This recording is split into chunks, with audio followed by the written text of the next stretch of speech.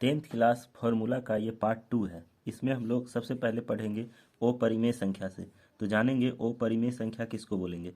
तो ओ परिमेय संख्या किसको बोला जाता है, इसको जानने के लिए हम लोग देखेंगे एक चीज़ कि जिस संख्या में रूट लगा हुआ हो, जिस संख्या में रूट लगा हो, एग्जाम्पल के लिए √3, √5, √7, ये सभी अपरिमेय संख्या होता है। किंतु ऑब्जेक्टिव में इसके अलावा भी पूछा जाता है कि पाई कैसी संख्या है। तो जो पाई होते हैं वो भी क्या होगा, अपरिमेय संख्या।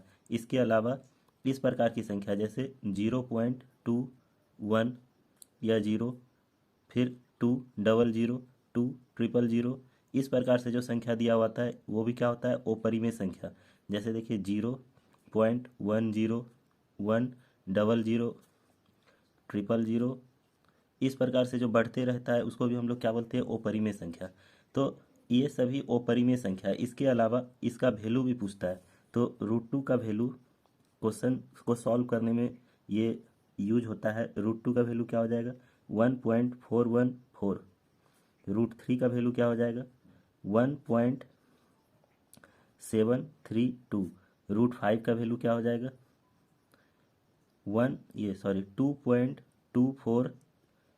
2.246। तो ये सभी अपरिमेय संख्या हैं। और अपरिमेय संख्या में √2, √3, √5 इसके वैल्यू पूछे जाते हैं जो इस प्रकार से दिया हुआ है। कुछ संख्या ऐसा होता है जो रूट के अंदर है किंतु उसका रूट को सॉल्व किया जा सके, तो उस संख्या को हम लोग अपरिमेय संख्या नहीं बोलेंगे। जैसे अगर लिखा हुआ हो √16, तो √16 को सॉल्व करने के बाद √4 आता है, तो ये अपरिमेय संख्या नहीं होगा। देखते हैं परिमेय संख्या। परिमेय संख्या हमेशा p/q के फॉर्म में होती है। जैसे 2/3, 5/4, 6/10, 9/11, इस प्रकार की जो संख्या है उसको हम लोग क्या बोलेंगे, परिमेय संख्या। जरूरी नहीं है कि बटे में नीचे कुछ हो ही, इस प्रकार से भी हो सकती है, केवल 2, 3। तो इसमें हम समझते हैं कि नीचे एक 1 छिपा हुआ है। उसके बाद हम लोग देखते हैं दो चर वाले रैखिक समीकरण। जैसे a1x + b1y = c1, a2x b2y = c2। ये दो समीकरण दिया हुआ होता है और पूछा जाता है कि इसके कितने हल होंगे, या इनके अनंत हल हैं तो p का मान क्या होगा, q का मान क्या होगा। इस प्रकार के बहुत सारे क्वेश्चन पूछे जाते हैं। तो हम लोग सबसे पहले एक इक्वेशन का जो भी वैल्यू है यहाँ पर a1, b1 और c1 के स्थान पे कोई संख्या होगा, a2, b2 और c2 इसके भी स्थान पे कोई संख्या होगा। इसको हम लोग अनुपात में लाते हैं और फिर चेक करते हैं कि ये कैसी संख्या है, इसके कितने हल होंगे। x और y वेरिएबल राशि है, इसका मान बदलते रहता है, लेकिन ये जो है संख्या है ये अचर पद होता है, इसका मान नहीं बदलता है। तो देखेंगे अगर a1/a2 = b1/b2 = c1/c2 हो, यानी तीनों यदि बराबर हो तो इसके अनंत हल होंगे। और इस प्रकार के समीकरण को संगत समीकरण या आश्रित समीकरण बोलते हैं। यदि a1/a2 बराबर नहीं हो b1/b2 के, तो इसके आगे चेक ही नहीं करना है। अगर ये दोनों बराबर नहीं हुआ तो इसका एक हल होगा। और इस समीकरण को भी संगत समीकरण कहते हैं और इसको अविरोधी समीकरण कहेंगे।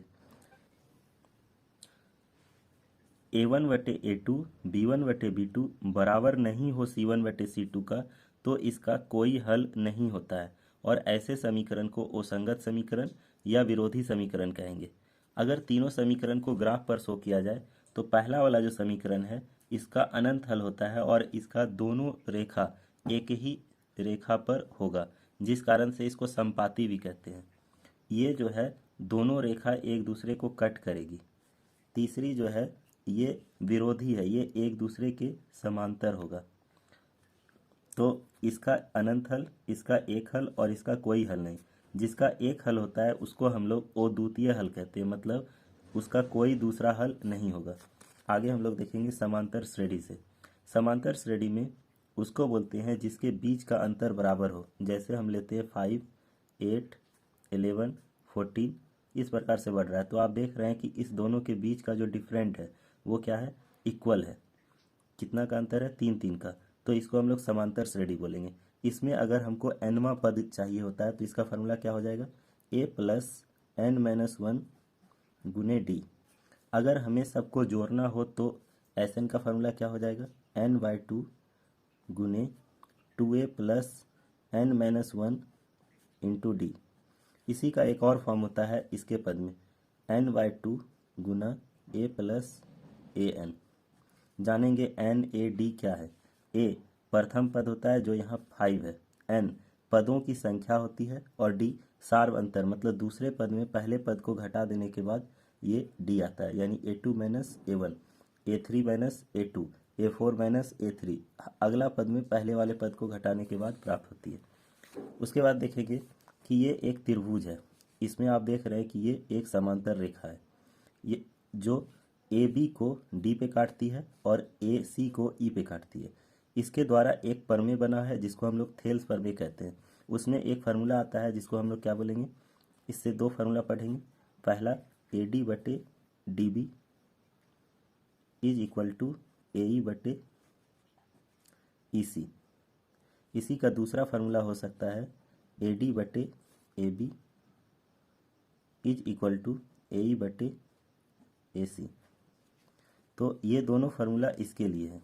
वहीं एक बात ध्यान देने वाली है कि अगर ये रेखा इस AB को आधे भाग में काटे और AC को भी आधा आधा डिवाइड करे, मतलब ये पूरी रेखा का मध्य बिंदु D हो और AC का मध्य बिंदु हो, तो BC के का जो मान होगा उसका ठीक आधा मान DE का होगा। जैसे इसका मान अगर 10 है तो DE का मान होगा 5, इसका मान 20 है तो इसका मान होगा 10, हाफ हो जाता है। चलिए दूसरा 26 नंबर हम लोग देख रहे हैं कि अगर दो त्रिभुज आपस में समरूप हो, समरूप मतलब अगर तीनों कोण आपस में मिल रहे हैं या तीनों भुजा, दो भुजा एक कोण मिल रहा है, तो दोनों त्रिभुज समरूप हो जाते हैं। समरूप का बहुत सारा कंडीशन है, आगे पढ़ेंगे। तो अगर दो त्रिभुज समरूप हो तो उसके साथ क्या होती है, संगत भुजा का अनुपात भी बराबर होता है। जैसे इसका संगत भुजा AB बराबर होगा, ये अनुपात DE के बराबर होगा, AB बटे DE बराबर AC बटे हो जाएगा DF के। तीसरा BC बराबर हो जाएगा EF का। वहीं इससे एक सवाल पूछा जाता है कि परिमिति का अनुपात क्या होगा। तो परिमिति का अनुपात संगत भुजा के अनुपात के बराबर, और यदि क्षेत्रफल का अनुपात पूछे तो इसी का स्क्वायर कर देंगे। क्षेत्रफल का अनुपात इन्हीं के वर्गों के अनुपात के बराबर होता है।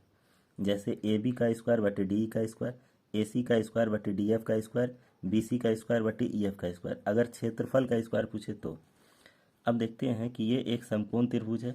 समकोण त्रिभुज में अगर इस AC का मान निकाला जाए तो इसको हम लोग कर्ण बोलते हैं। 90 डिग्री के ठीक सामने वाली भुजा को हम लोग क्या बोलेंगे, कर्ण। और कर्ण का जो स्क्वायर होता है, कर्ण को हम लोग H से सूचित करते हैं। यहाँ पर इसी H को AC बोल रहे हैं, तो AC का जो स्क्वायर होगा वो क्या होगा, AB का स्क्वायर प्लस BC का स्क्वायर। ठीक है। और यदि ये BD का मान निकालना हो, मानते हैं कि ये B से D यानी कि BD AC पे लंब डाला गया है, तो BD का मान निकालना है तो ये हो जाएगा BD का स्क्वायर बराबर AD गुना DC, AD गुने DC। उसके बाद देखते हैं कि अगर इस प्रकार से त्रिभुज हो और इसका क्षेत्रफल पूछा जा रहा हो, क्षेत्रफल को छोड़िए, अगर ये AC भुजा निकालना हो तो कैसे निकालेंगे। तो इसके लिए क्या करना होता है, हम एक लंब डालते हैं, इसको आगे बढ़ाएंगे। अब यदि AC का मान निकालना है तो AC का स्क्वायर AB का स्क्वायर प्लस BC का स्क्वायर प्लस 2 गुना BC गुना ये BD।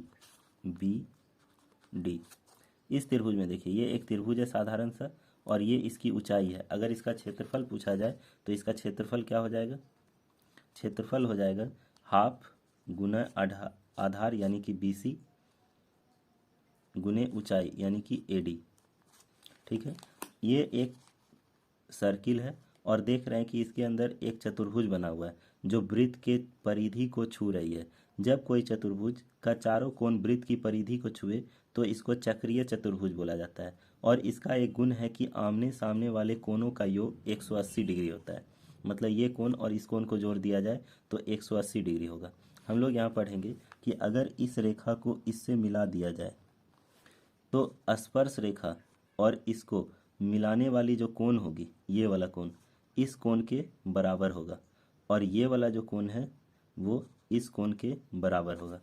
तो ऐसा ही 4 भाग में मैं 4 वीडियो लाऊंगा, जिसको आप डेली अगर 5-5 मिनट देखते हैं तो मैथ 10th क्लास में मैथ में कोई समस्या नहीं होगी। तो मेरी सलाह है कि आप डेली 5 मिनट फार्मूला को